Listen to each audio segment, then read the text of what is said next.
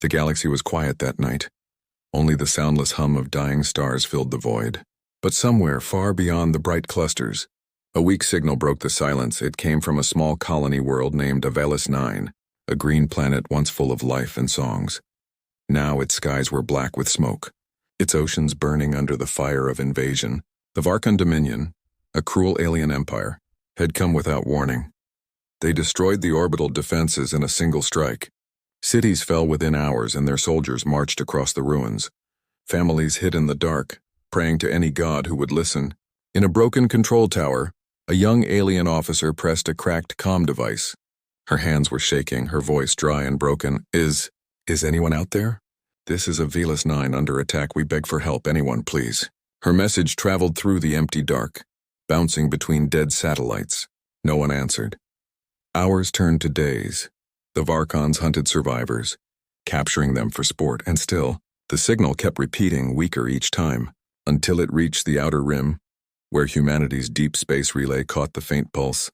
At the Earth Deep Relay Station, a technician frowned at the strange tone on his screen. He amplified it, cleaned the static, and heard the voice clearly for the first time.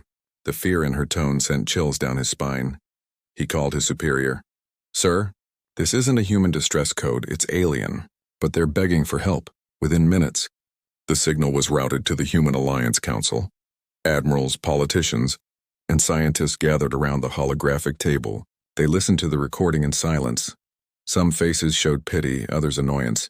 It wasn't the first time aliens had asked for help, and it wasn't humanity's job anymore to save the galaxy. After the Omega Wars, Earth had withdrawn from interstellar politics. The Black Fleet, humanity's most powerful armada, had vanished into classified silence. Many believed they were scrapped. Others whispered they still slept, hidden somewhere near Luna, waiting for a command that would never come. One council member sighed, "We can't get involved again. Every time we help, they turn on us later." Another nodded, "The galaxy fears us. Let them handle their own wars." The room was quiet. The decision nearly made, until a man at the end of the table stood up. His uniform dark, his medals old. Commander Reyes, retired Black Fleet officer, looked at the hologram of Avelis 9. He saw the burning cities, the crying children. He clenched his fists. "Fear is not who we are," he said slowly. "When someone calls for help, humanity answers." The council chamber fell silent. Old men exchanged uneasy glances. Reyes looked at them one by one. "You all sit here because once humanity saved you. 2. He turned toward the screen, voice firm. "Activate the Black Fleet." Hours later, deep beneath the lunar surface, massive hangar doors began to open. For decades, they had been sealed under layers of rock and silence. Now red lights flashed. Sirens echoed through forgotten corridors. Crew members ran to stations that hadn't been manned in years. Engines roared back to life. Ancient AI cores awakened. They spoke in a cold, mechanical voice. "Black Fleet protocol reactivation confirmed." In one hangar stood a ship so large it blotted out the ceiling lights. Nemesis 1, a titan of war, wrapped in stealth plating and armed with weapons no other species dared to build. Its command bridge came alive as power surged through its veins. Monitors blinked on, showing the old insignia of Earth. A blue globe wrapped in a ring of stars. Captain Ilian, a young officer born long after the Omega Wars, saluted the hollow image of Reyes. "Sir, the fleet is ready." Reyes nodded. "Then we launch. Set our course for Avelis 9. The captain hesitated. "Permission to ask, sir, why now? After all these years?" Reyes's eyes hardened. "Because someone cried for help, and the galaxy forgot what that means." As the fleet lifted from the lunar surface, dust and rock exploded into the sky. Thousands of tons of steel and power rose in perfect formation. The people on Earth watched from the night side. Their children pointed at the stars as bright trails burned across the horizon. "The Black Fleet. It's real," someone whispered. News spread fast, faster than light, across colonies and stations. Through alien networks and smugglers' relays, whispers became fear. "The humans are coming." In the dark reaches of space, aboard the flagship, Commander Reyes stood before the viewing glass. Stars stretched into long streaks as the fleet entered faster than light travel. He looked at the glowing void and spoke softly. "Hold on, whoever you are. Humanity heard your cry on Avelis 9. The alien officer who sent the signal sat beside the dying transmitter, her eyes half closed, the last of her strength fading. Outside, thunder rolled from explosions.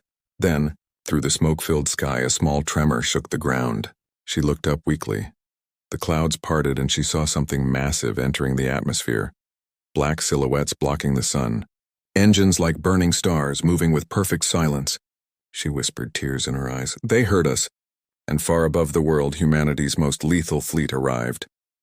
Silence filled the command bridge of Nemesis 1. Only the low hum of power cores echoed through the metal halls. For the first time in 50 years, the Black Fleet was fully awake. Rows of crew members took their stations. Pilots, engineers, tacticians, all trained in secret. They had grown up hearing stories about the Black Fleet, but none had believed they would be the ones to bring it back to life. Commander Reyes stood before the central holo display. The map of Avelis 9 glowed red. Enemy fleets were orbiting above it like vultures. Hundreds of Varkon warships, sharp, cruel, and merciless, each one ready to burn what little remained. Fleet status, Reyes said quietly. Captain Ilian replied. All systems green, sir. Weapons are charged. Stealth drives at full capacity. The commander nodded slowly. Then it's time for the galaxy to remember who we are. In the hangar decks, maintenance crews worked with focused speed. The air smelled of oil, plasma, and purpose. Old ships once covered in dust now gleamed like obsidian blades. The Titan-class destroyers rumbled to life. Their cores glowed with a cold blue light. Energy far beyond alien design, an engineer whispered. My grandfather said these ships could erase whole fleets in seconds. His partner smiled nervously. Let's hope we don't have to prove that, but they would. And soon, as the fleet aligned in formation, the stars outside the window seemed to dim. 52 ships, each a giant of war, from the Black Spears, small, agile frigates, to the Eternal Hammer, a fortress that could level continents. Their hulls reflected no light, their engines made no sound. They moved like shadows between worlds. The communication deck lit up. Transmission incoming, unsecured channel. Reyes frowned. Open it. The screen flickered, showing the face of the same alien officer who had sent the distress signal. Her voice was weak, her image broken by static. Whoever you are, please. They are killing everyone. Behind her, smoke and screams echoed. Reyes clenched his fists. He didn't speak. He simply turned to his crew. Jump drive, ready. Course locked, the navigator replied. Engage. The moment the command was given, reality itself bent. The ships vanished into the void in an instant. The Black Fleet slipped between dimensions. Human FTL technology didn't roar or flash, it whispered, like the breath of death moving across space inside the Nemesis 1. The crew felt a strange calm as the stars stretched into thin lines. Time had no meaning here, only the rhythm of the engines and the steady heartbeat of humanity's vengeance. Reyes stood near the viewport, eyes fixed on the glowing distortion ahead. He remembered the last war, the day the Black Fleet vanished after ending the Omega conflict. Back then, they swore never to rise again unless the innocent cried for mercy. And now the cry had come, he whispered to himself. Never again will the helpless bleed alone. Back on Avelis 9, the night sky burned red. The Varkons had begun the final strike. Massive cruisers hovered above ruined cities. Bombardments turned forests into glass. The alien civilians huddled in bunkers, trembling. Among them was the young officer who had sent the signal, still alive. Barely. She looked at the sky through the cracks of the bunker roof. She thought it was over, until she saw a star flicker, then another. Then dozens of new lights appeared. Moving fast, the air trembled. Sensors on every Varkon ship screamed warnings. Unidentified FTL signatures, large, fast, and close. The commander of the Varkon fleet hissed, "Impossible! No species can move this fast." But it was already too late in orbit. The void split open like a wound, and from that wound came them. 52 black warships silent as ghosts. Their arrival didn't cause explosions, it caused fear. The Varkon sensors struggled to read them. Every system failed. Communications broke down, engines sputtered. It was as if reality itself was rejecting the invaders. On the surface, survivors stared in awe. Massive shadows crossed the burning clouds. A single word echoed through every open frequency. This is the Black Fleet.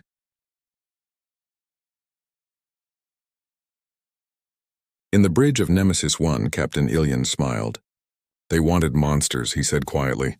Let's give them one. Reyes's eyes were cold and sharp. "Target all Varkon command ships," his voice was steady. "Fire at will." Space lit up. Beams of light cut through the darkness like judgment itself. Each shot was silent, precise, unstoppable. Varkon cruisers exploded without warning, their shields melting like paper. The alien fleet tried to retreat, but the humans were already among them. No sound, no mercy, only perfect destruction. Within minutes, half of the Varkon fleet was gone. Their admiral screamed into his comms, "Who are they? What are they?" The only answer came from a human transmission, a calm female voice from the Nemesis bridge. "We are humanity. You hurt the innocent. You don't get to do that anymore."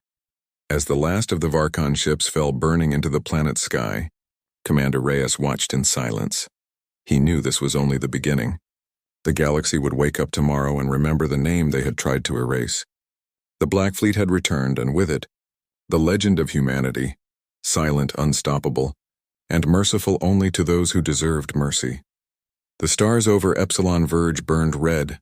Dozens of wrecked ships drifted silently, their hulls glowing with dying heat. But it was only the beginning. The Varkon Dominion had called for reinforcements. 200 more warships were already on the way. Commander Reyes stood at the center of Nemesis One's bridge, his eyes cold but focused. "Status report," he said. "Enemy fleet forming defensive line," Captain Ilian replied. "They outnumber us 4-1, sir." Reyes smiled faintly. "Then they'll make a bigger grave." The Black Fleet moved into position, calm, disciplined, and silent. Their black hulls reflected no light, making them invisible against the void. Each human ship was linked through neural command systems. Every captain's thought, every maneuver, every breath synchronized through the fleet AI called Oracle. "Targets locked," said the weapons officer. On the main screen, red dots filled the star map. Representing the Varkon ships, each dot pulsed like a heartbeat, alive. Arrogant, unaware of what was coming, the enemy commander, a tall creature covered in bone armor, barked orders.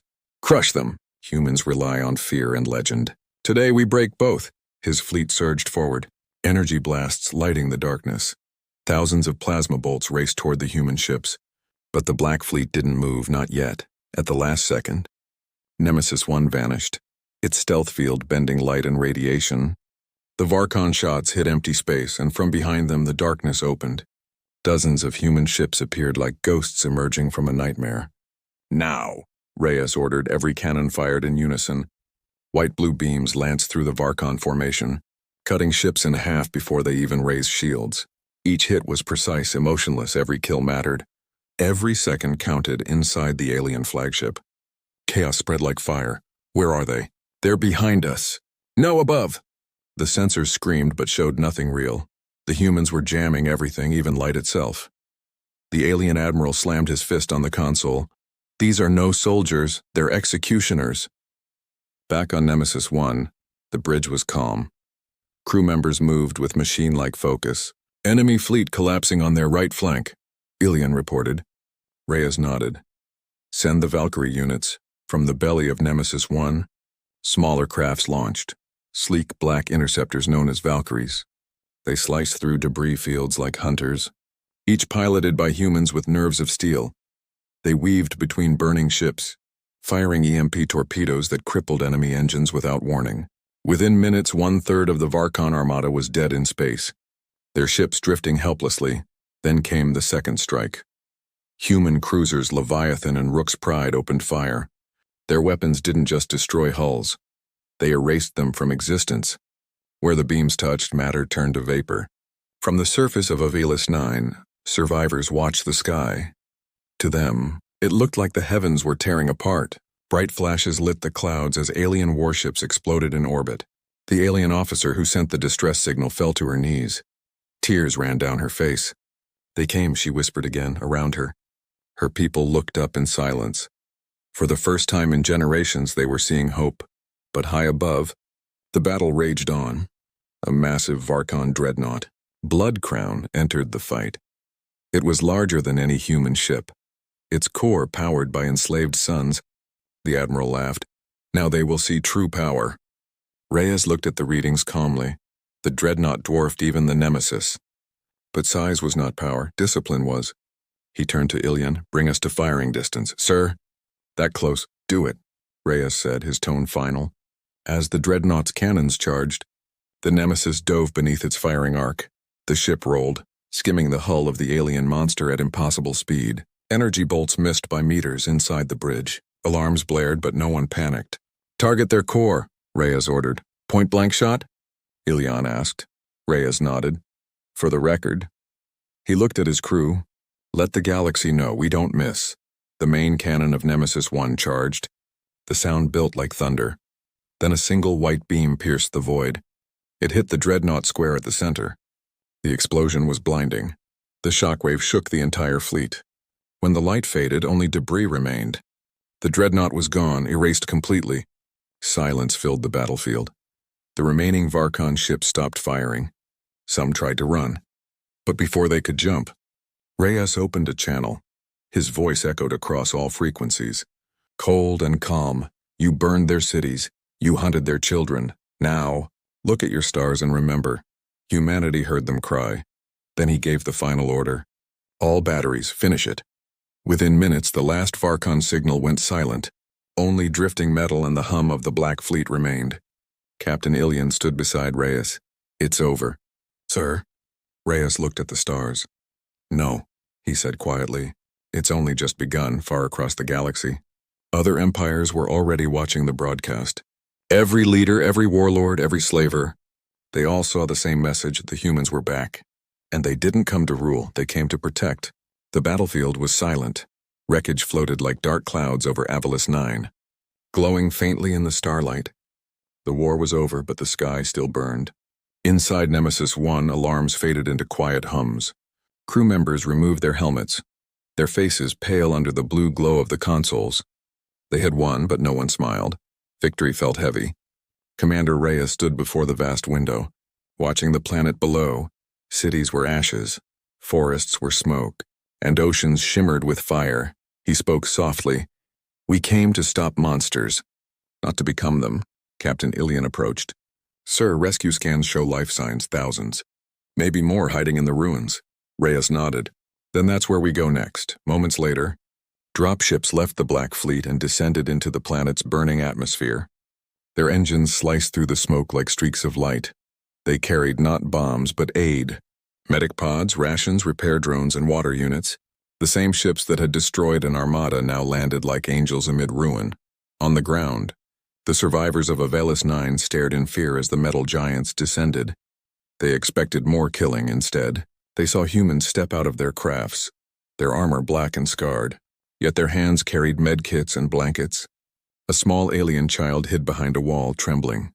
A human soldier, tall, tired, eyes soft, saw her. He removed his helmet slowly, knelt and offered a ration pack. It's okay, he said quietly. You're safe now. The child hesitated, then touched his hand, her eyes filled with tears. No one had ever said those words to her before. Across the ruins, humans and aliens worked side by side. Engineers repaired broken generators. Doctors treated wounded civilians. The air filled with the hum of drones and soft human voices to the survivors. These humans seemed like two creatures in one body, warriors of fire and hearts of light. At one site, a young alien medic asked a human technician, Why do you help us? You could have left us to die. The human smiled faintly, wiping sweat from his brow. Because someone once helped us too, he replied. And we remember. From orbit, the Nemesis 1 broadcasted a signal across the system. A message written in simple, calm words: humanity does not conquer. Humanity answers the cry for help. To the innocent, our doors are open. To the cruel, our silence means your end. The message spread through trade networks and pirate relays within hours. In distant spaceports, alien merchants froze mid-drink as they saw the words glowing on public screens. The legend of the Black Fleet was no longer rumor. It was proof. Back on Avalis 9, Reyes walked among the ruins, his boots crunching over glass and ash. He saw human medics carrying alien children. He saw soldiers sharing food with former enemies. And for the first time in years, he felt something like peace. One of the alien elders approached him. Frail and shaking, her voice cracked. You destroyed the Varkon fleet, yet you saved us. Why? Reyes looked up at the sky where human ships glowed faintly. Because power means nothing without mercy, he said. We fight so that someday we won't have to. The elder bowed deeply. Then the stars are safer because of you. Later, in the Black Fleet's medical bay, survivors rested side by side with human crew. A young pilot, arm-bandaged, whispered to a medic, "I didn't know they could cry." The medic smiled gently. They cry for those who can't. The galaxy had seen many empires, each ruled by fear or greed. But this night it saw something new. A race that fought like demons but rebuilt like saints. A race that burned worlds only to heal them again. Hours passed, the fleet prepared to depart. As the last rescue craft lifted off, the survivors gathered below, waving to the sky. The little girl who had met the soldier raised a glowing shard of light toward the heavens. It was the only beacon she had left. To her it meant hope, on the bridge. Elian looked at the live feed. "She's signaling us." "Sir?" Reyes smiled faintly. "Then signal back." A beam of blue light flashed from Nemesis 1, a gentle pulse. Like a heartbeat in the dark, the survivors gasped. For them, it was a promise. A silent vow that the humans would return if they were ever in danger again. As the Black Fleet rose toward the stars, their engines glowing softly, the comm officer reported. "Transmission ready, sir." Reyes nodded. "Send it to all open frequencies." The message was short, simple, and final. "This is Commander Reyes of the human Black Fleet, the oppressed called." We answered. "Mercy is our shadow. Justice is our weapon." The signal echoed across systems, and in distant worlds where tyrants ruled, the powerful felt a chill. Because they knew somewhere humanity was watching. The stars were quiet again. The smoke over Avelis 9 had faded, and the Black Fleet hovered in orbit like silent guardians for the survivors. The humans had come and gone like a dream. A storm that brought both fire and salvation. On the bridge of Nemesis 1, Commander Reyes watched the planet shrink into the distance. The blue-green sphere glowed weakly against the dark, scarred by war but alive. He exhaled slowly. "It's done," he said. Captain Ilian stood beside him. "For now, sir. But the galaxy has seen us again." Reyes gave a small nod. "Then let them remember correctly." Across the fleet, repairs continued quietly. Hull plates replaced, engines cooled, and wounded soldiers rested. Every ship bore new scars, each one a story of those who fought and refused to look away. And through the corridors, a single phrase passed between crew members, whispered like prayer. We heard them cry. In the mess hall, a young pilot asked an older engineer, "Do you think they'll fear us again?" The engineer smiled faintly. "They already do," he said. "But fear isn't what matters, it's what they'll learn to respect." Far away, in alien space, transmissions spread like wildfire. Recordings of the battle, fragments of human voices. The image of black ships emerging from light in council chambers across the stars. Leaders argued in panic. They were supposed to be gone. No species can fight like that. Why did they come back? The answer was the same, whispered across every world. Because someone cried for help. And in that simple truth, the galaxy trembled.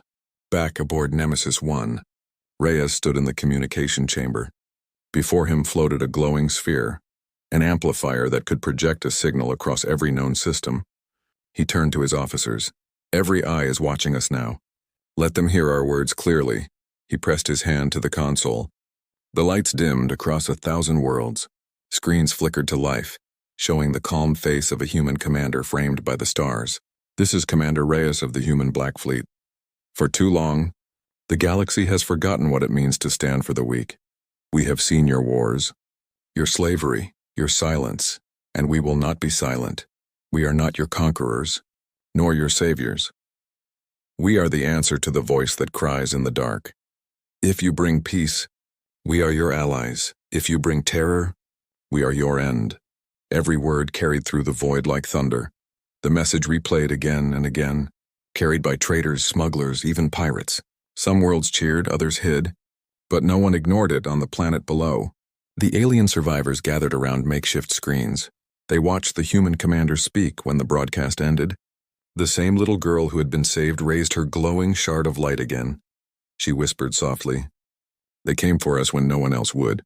In the council halls of the Varkon Dominion, fear turned to silence. The High Admiral stared at reports of total fleet destruction. "Find them," he ordered weakly. "Find where the humans hide. But deep down, he already knew. You cannot find shadows that choose to appear only when the stars cry. Meanwhile, in the cold space between worlds, the Black Fleet began its slow return to the edge of known space. They didn't fly in triumph, they flew in purpose. Every ship dimmed its engines to stealth mode. Fading again into the unseen, Captain Ilian broke the silence. "Sir, where will we go next?" Reyes stared out the window, the stars reflecting in his eyes. "Wherever we're needed," he replied, "until no child cries alone in the dark." The AI voice oracle spoke gently through the bridge. "Commander, new signal detected, weak, distant, but human." Reyes straightened. "Another distress call?" "Unknown," the AI replied, "but it sounds afraid." A quiet smile touched his face. He turned to his crew. "Plot the course." The crew looked at one another, tired but ready. Engines powered up, the hum deep and steady. Outside, the Black Fleet formed once more, ships aligning like pieces of fate. Then, with a flash of blue light, they vanished into the stars, far across the galaxy. Children would grow up hearing the story of the day black ships came from nowhere, of how the humans who fought like devils also knelt beside the dying to give them hope, of how the monsters of war became the guardians of peace. And they would whisper it like a legend.